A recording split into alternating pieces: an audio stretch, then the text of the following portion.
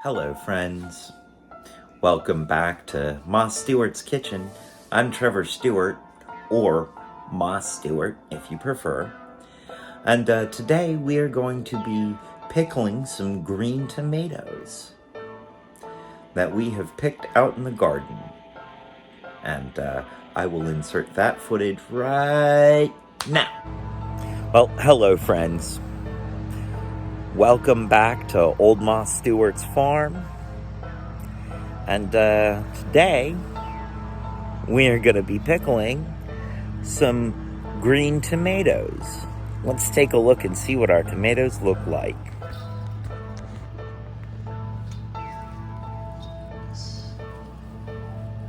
We will pick this guy. And this guy.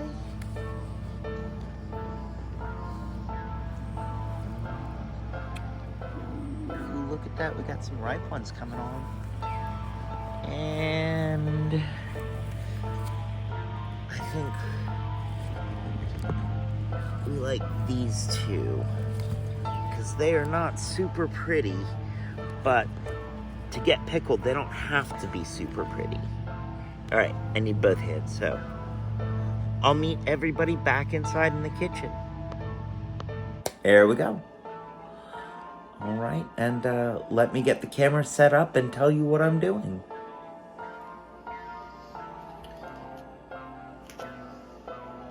So, what we are going to do first is we are going to find out what the pH of our brine is, and we are going to bring it up to a simmer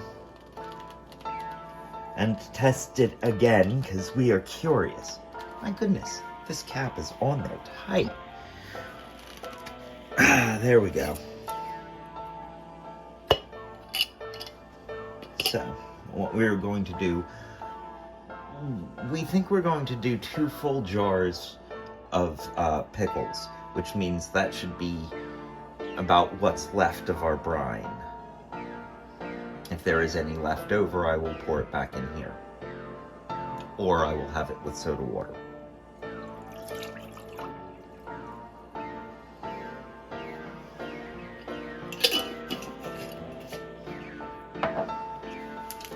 Now, we have universal indicator paper, pH 1 through 14. We have heard somewhere recently that you want a pH, you want at least 7% acidity for shelf-stable pickling.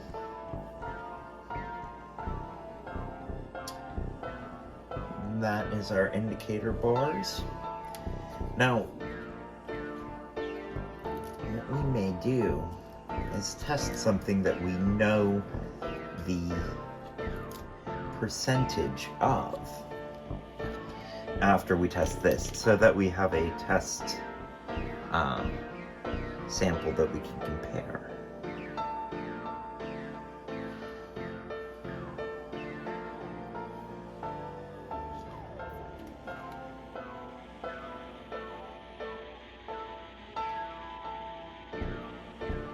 And as we let that sit, and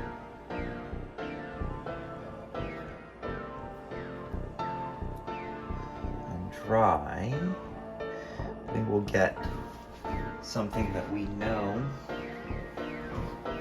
the percent of.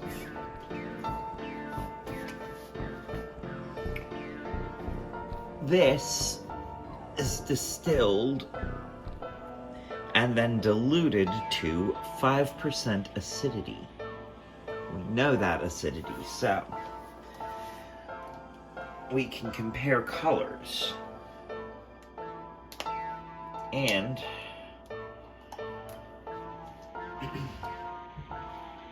we're going to do one more thing after that. We're going to see what it looks like after we bring it to a simmer for a while. Test strip before vinegar. Test strip after vinegar. we appear to be in the 3 to 4 range,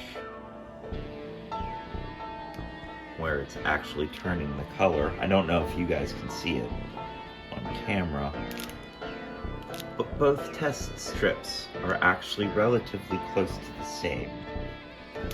We are gonna see if we can get it to turn just a little bit more pink by cooking it down.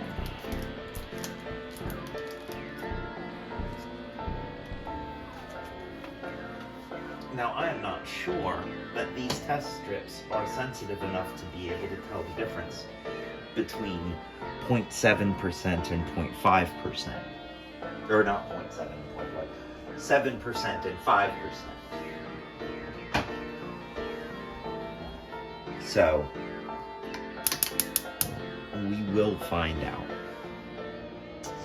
But while we wait for that to come up to heat,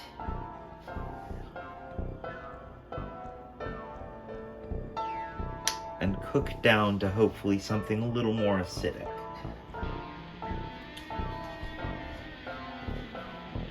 we are going to chop up the tomatoes. Moving back over here. And here we are.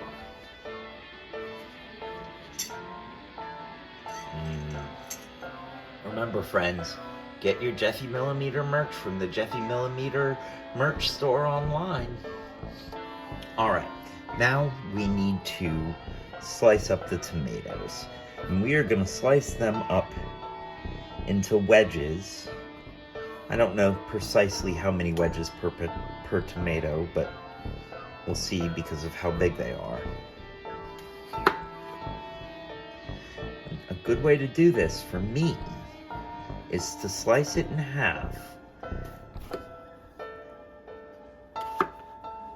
And this is how I used to see bartenders doing their citrus wedges.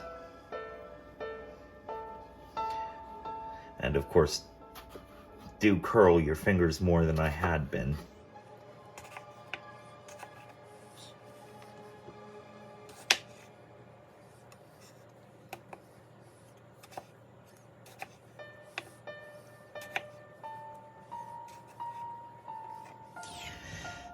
So, I looked into the eating of green and unripe tomatoes, and I seem to have found differings of opinion. One opinion is that it's perfectly safe, but another points out that there are chemicals found in compounds found in higher proportions in green tomatoes than in ripe tomatoes. These chemicals causing drowsiness and intestinal distress.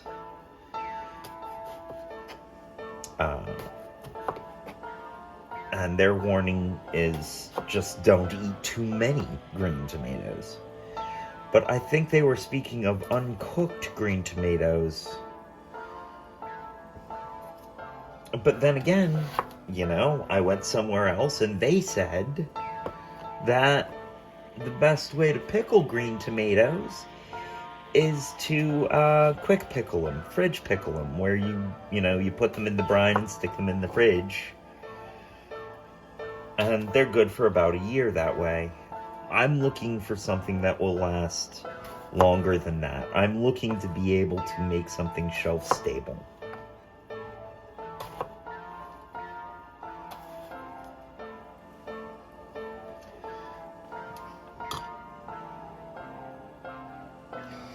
Now, why I think these will make good pickles is because there's a lot of consistency there. There's a lot of, tooth, as I like to say. Oh, we forgot we cleaned our mason jars, our ball jars. ball mason jars. But what we are going to do is we are going to hit them with a little bit of white vinegar really quickly to get any lingering chemicals out. Give them just a quick white vinegar wash.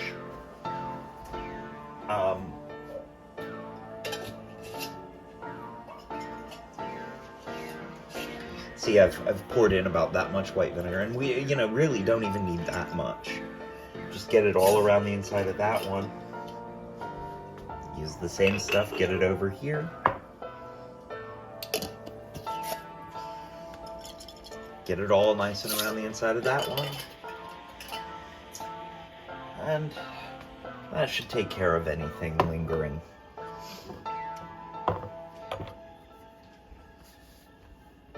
And of course, now we just add our tomatoes to our jars.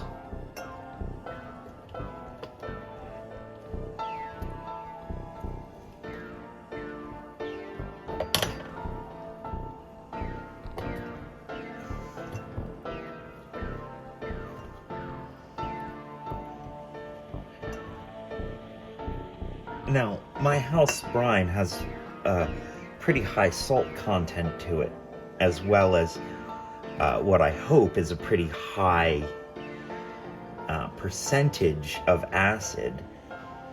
So it should help it stay, help the pickled or canned goods stay good longer. Back over to the vinegar.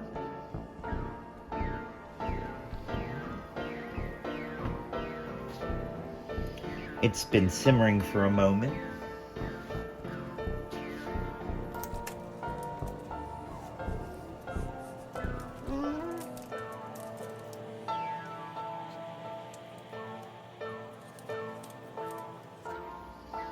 Test strip.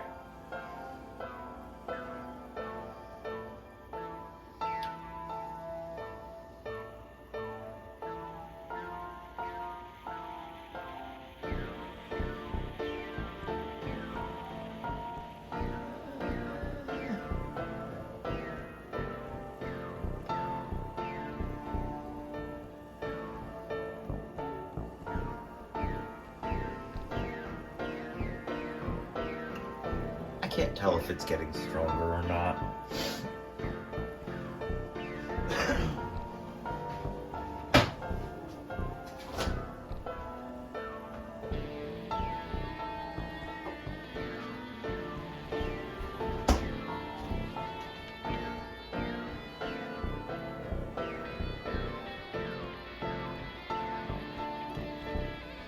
Cap full of lemon juice. Let's see what that makes our test strips do.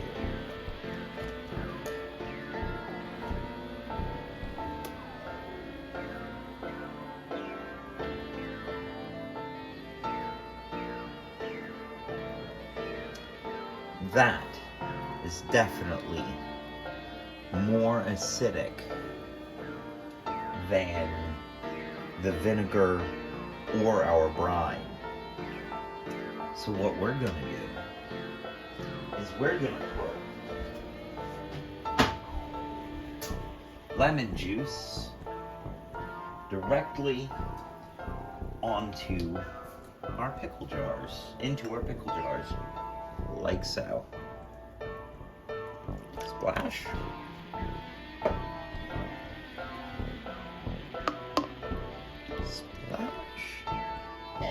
Splash more. Yeah, splash more. We want enough in there to make a difference.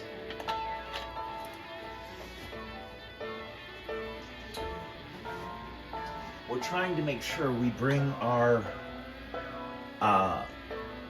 vinegar levels up, our acidity levels up enough that it will be shelf stable. We're gonna add some distilled white vinegar to our brine mix here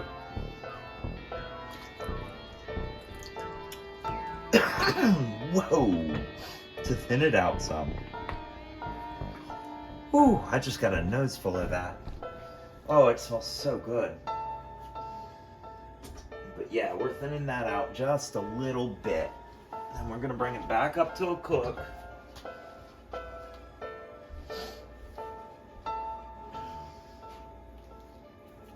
And then we will add it to our tomatoes. Oh, you know what I'm almost forgetting to do though? Which I need to not forget to do? Is I need to set up an ice bath in which to drop our jars after we have added the hot brine.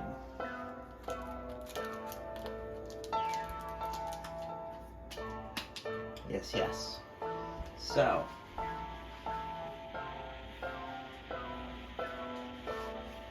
oh yeah, here we go. Nice big pot for this. It's gonna be some noise, Frank.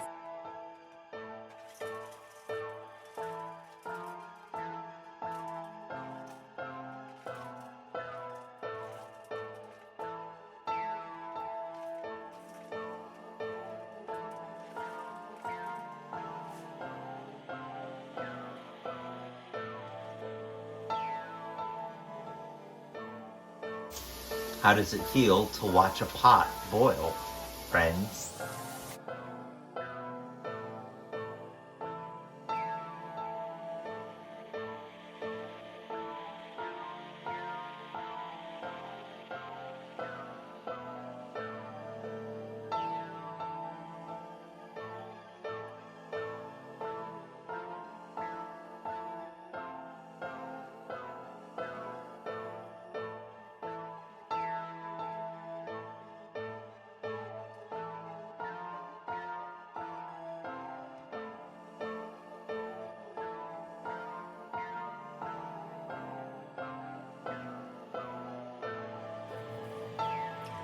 Well, there we go.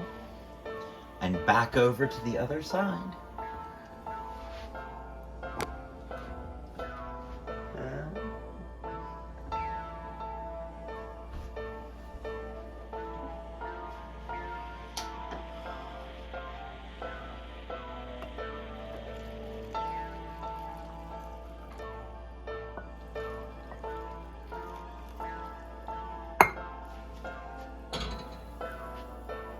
Oh, that's not as much as I was hoping.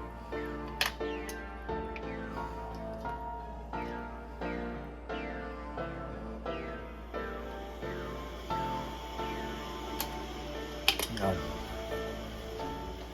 I know what we're gonna do. We're just gonna add some.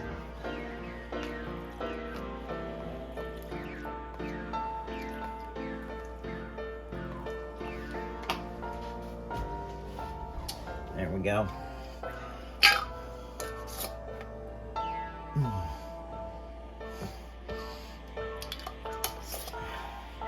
Didn't get to that as fast as I wanted, but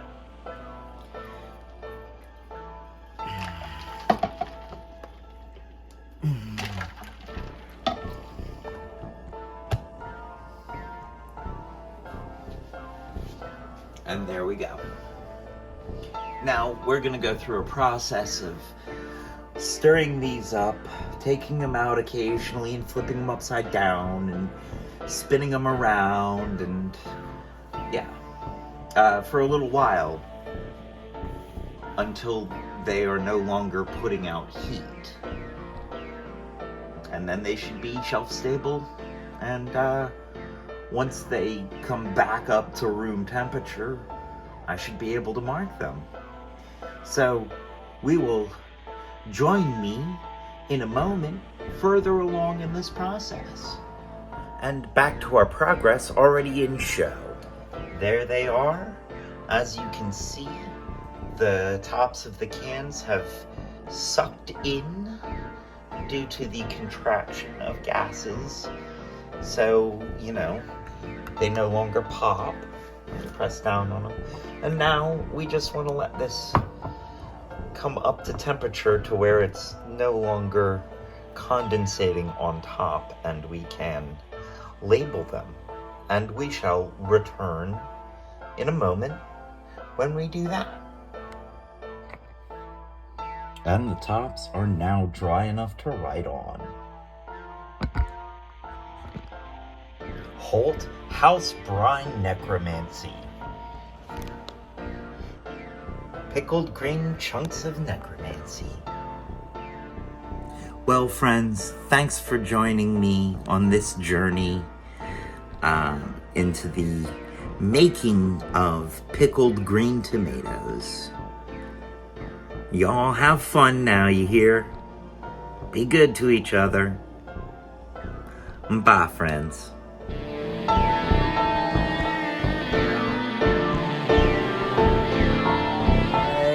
Now, here we go.